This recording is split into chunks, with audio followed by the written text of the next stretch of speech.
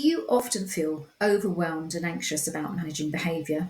Do you feel unsure of how to handle disruptions effectively? Maybe you worry about your authority being challenged or not having the right strategies to deal with tricky behaviour. If this is you, stay tuned. Hello, fabulous TAs. I'm Lauren Reesner. I was a TA one-to-one HLTA for 20 years. I even did 6 weeks of teacher training and absolutely hated it. And now I create videos that answer all your TA questions. So if you want to learn more about being a TA, grow in confidence, cope with interviews, and all manner of other TA related stuff, start right now by subscribing to my channel. Whether you're just starting out or looking to refine your approach, understanding behaviour management can transform your daily experience in school.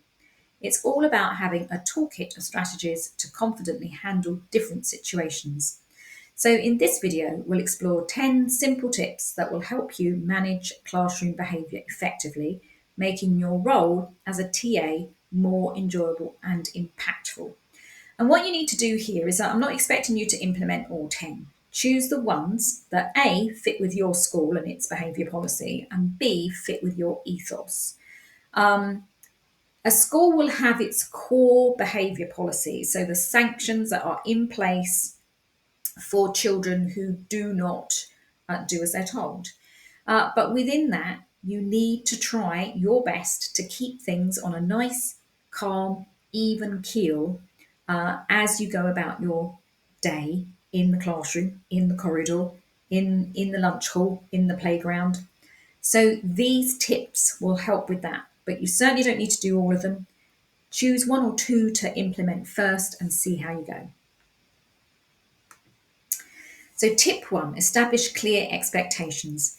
Clearly communicating, which is something I'm not doing right now, clearly communicating what behaviours are expected in the classroom.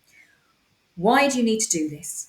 Because setting clear expectations helps students understand what is required of them, reducing confusion and tricky behaviour.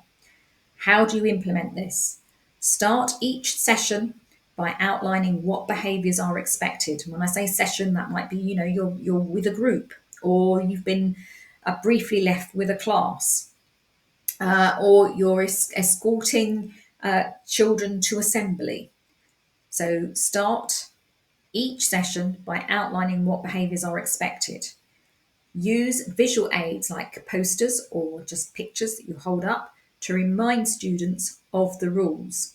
Consistently reinforce these expectations. You just have to keep reminding them. Tip 2, use positive reinforcement. Focus on rewarding good behaviour more than issuing sanctions for undesirable behaviour. Why? Because positive reinforcement encourages students to repeat good behaviours. The brain actually responds very well to positive reinforcement. The brain loves reward. How do you implement this? Offer verbal praise for positive behaviour.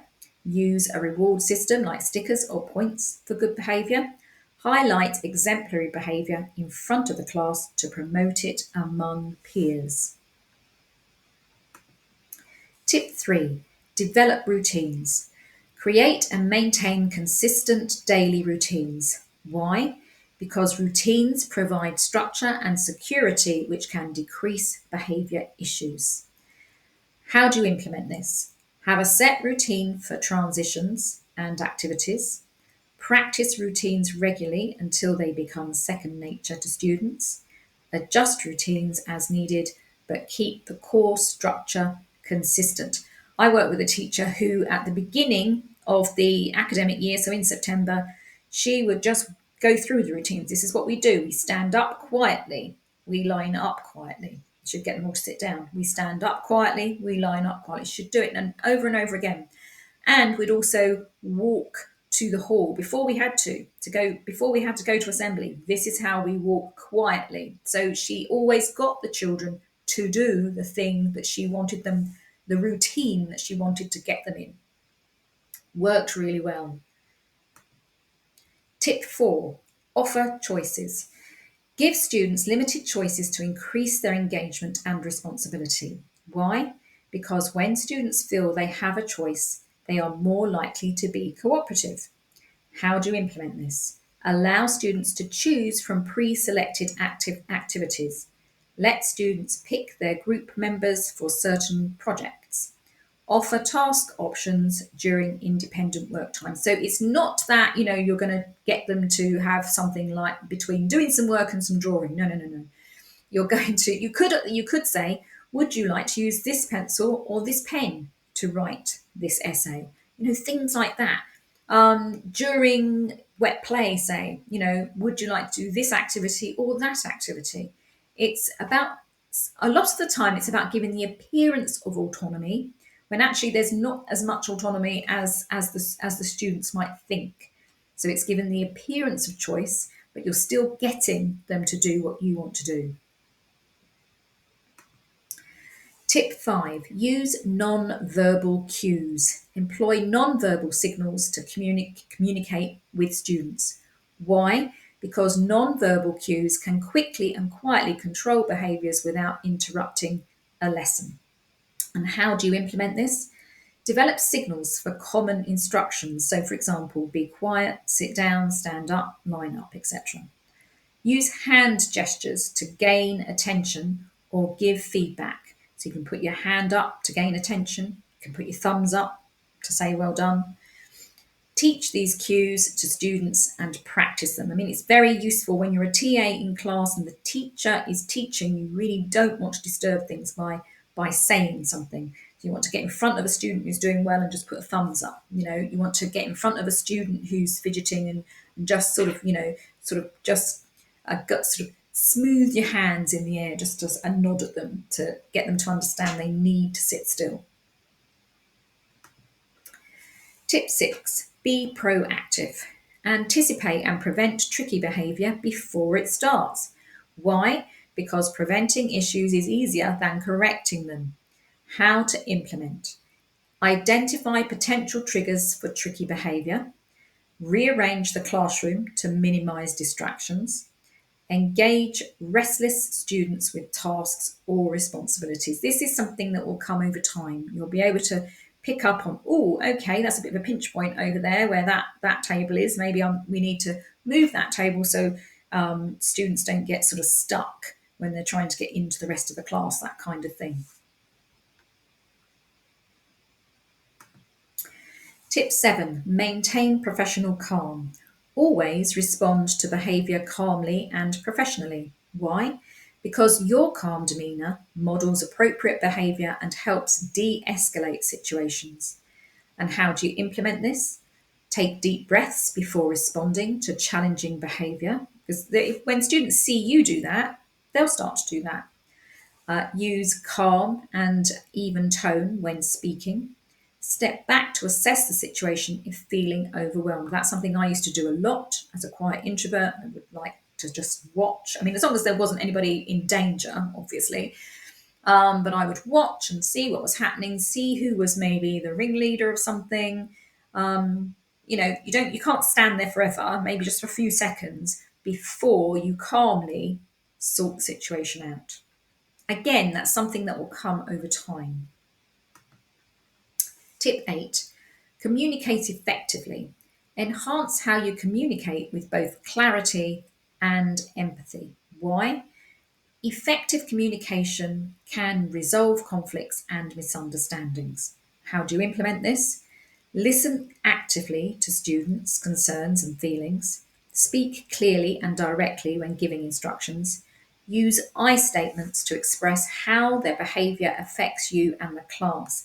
Now, if you're not familiar with I statements, they are used to express feelings or needs without blaming or criticising others, and this can help de escalate potential conflicts. They focus on the speaker's own experiences rather than attributing intent or fault to someone else. So, for example, instead of saying, you are disrupting the class, a teaching assistant might say, I find it hard to teach when there's lots of noise and I need everyone to be quiet. This approach can help maintain a positive environment and encourage more cooperative behaviour from students by emphasising the impact of their actions on others rather than accusing or commanding them. Tip 9: collaborate with colleagues. Work together with other staff for consistent behaviour management. Why? Because consistency across teaching staff supports a stable learning environment. How do you implement this? Discuss behaviour strategies with colleagues, align on classroom rules and consequences, support each other in implementing these strategies. I mean, obviously, the school will have a core policy which will be across the school. And I think it can be confusing, particularly in high schools where students are going from class to class and somebody different in each class, and they have completely different styles. I think that's where it can be confusing. Less so in primary school because students are normally in the same classroom every day.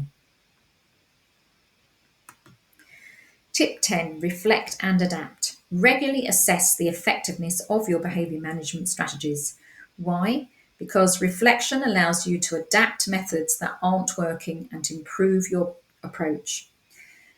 How do you implement this? Well, you can keep a journal of what strategies worked and what didn't, seek feedback from students and colleagues, make necessary adjustments based on feedback and reflection.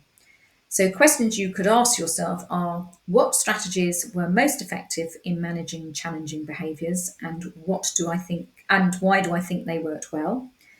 In what situations did my approach not work as planned, and what were the possible factors contributing to this outcome?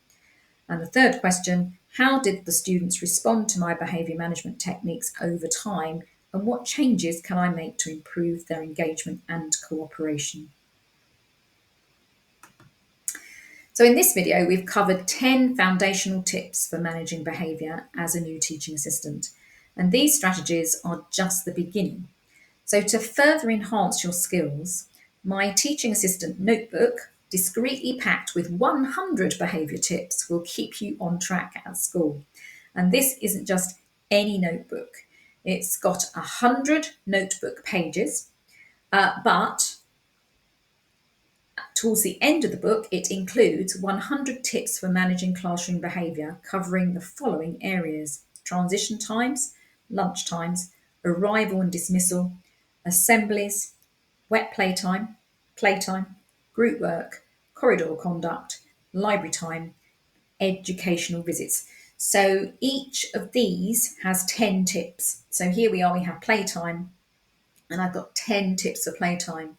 Transition times, 10 tips for transition times. Each of them has 10 tips, hence the 100. And in addition to the 100 behaviour tips, this notebook comes with bonus material about using visual aids to improve behaviour. So you've got 10 tips for using visual aids. So that's more than enough to get you started.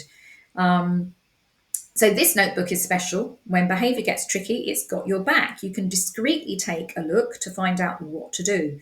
But as far as everyone else is concerned, it's just a notebook. And the thing is, the notebook pages come in really handy for your reflection. So you could also use it as a journal.